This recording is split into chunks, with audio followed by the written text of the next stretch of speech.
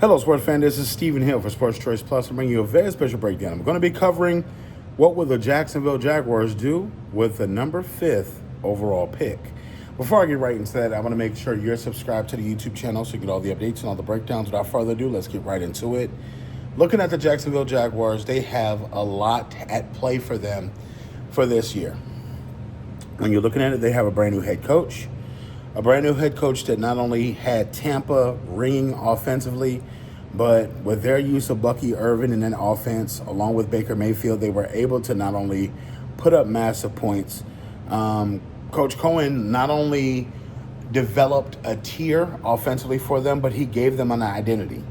When Mike Evans was the only person that you really talked about going back to back with for all those 1,000-yard seasons, he made sure Chris Godwin was eating. He made sure everybody else was eating on that offense. Now with Trevor Lawrence going into this next season, you have Eaton at the running back position. You do have one of the most talented young wide receivers in the game that was a outstanding rookie of the year last year as far as the wide receivers go position-wise. You just had a number of things that didn't go well for them. They weren't able to win close games. They weren't able to stay healthy.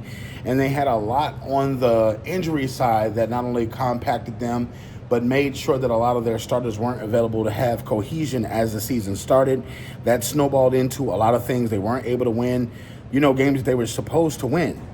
Now, with this here, you fired the whole coaching staff. You got rid of a lot of people. The owner is very impatient. So you have to come out and you have to draft the best possible person. When you think about this, if that means drafting Ashton Genty, do they take Ashton Genty if he's there? When you're thinking about this, they need more weapons. They need more wide receivers. They need another running back because there's no telling Eaton can stay healthy a whole season. You need as many playmakers around Trevor Lawrence as possible because Trevor Lawrence has been handpicked by the Jaguars, number 1 overall pick. They were thinking that he was going to be the franchise changer. He had Urban Meyer early on. That didn't work out.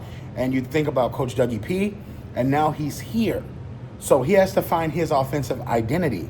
I think Coach Cohen has to break him down and build him back up, whether it be from the footwork, whether it be the mechanics, whether it be him as a leader. And he has to understand that his time and window as the Jaguars quarterback to win is now. You think about this, they've suffered some heartbreaking defeats in the playoffs. They've suffered some heartbreaking defeats over across the seas where they played across the pond. They've suffered losses in Jacksonville. They've suffered losses all over. So now, what do the fans expect? When you think about the number 5th overall pick, if Travis Hunter's there, do they take Travis Hunter? If Abdul Carter somehow slips down and falls, do they take the pass rusher? It's a number of things that you got to think about. Or even do they go with, a defensive tackle, a defensive end, a corner? What position are they going?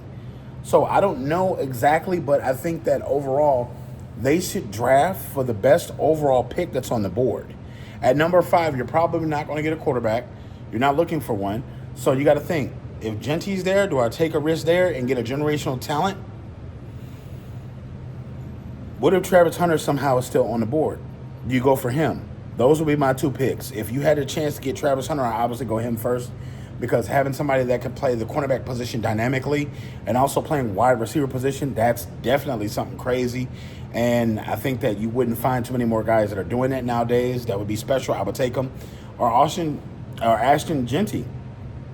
From a standpoint, a bell cow, a guy that you can split carries with, Eaton with, make him something of a H-back where he can catch the ball out the backfield and run the football. And you can have even plays where you got 2 running backs on the field, where you got to cover Jenny and you got to also cover Eaton. You have a number of things you can do offensively and get away with. The Patriots did it for years, for decades, having 2 running backs on the field that they can one on one side of Tom, the other on the other side of Tom. They both go out in the flats or one blocks. It's a number of things you can do offensively with having 2 running backs that can catch and also run the ball. They're always threats when they're on the field. So I think the best bet for the Jaguars is to just take the best available position, stockpile talent, and see if that's going to help you win next season. There's not a lot of free agents that's coming rushing to play for you guys, so you got to think. You have to build through the draft. You have to build the old-fashioned way,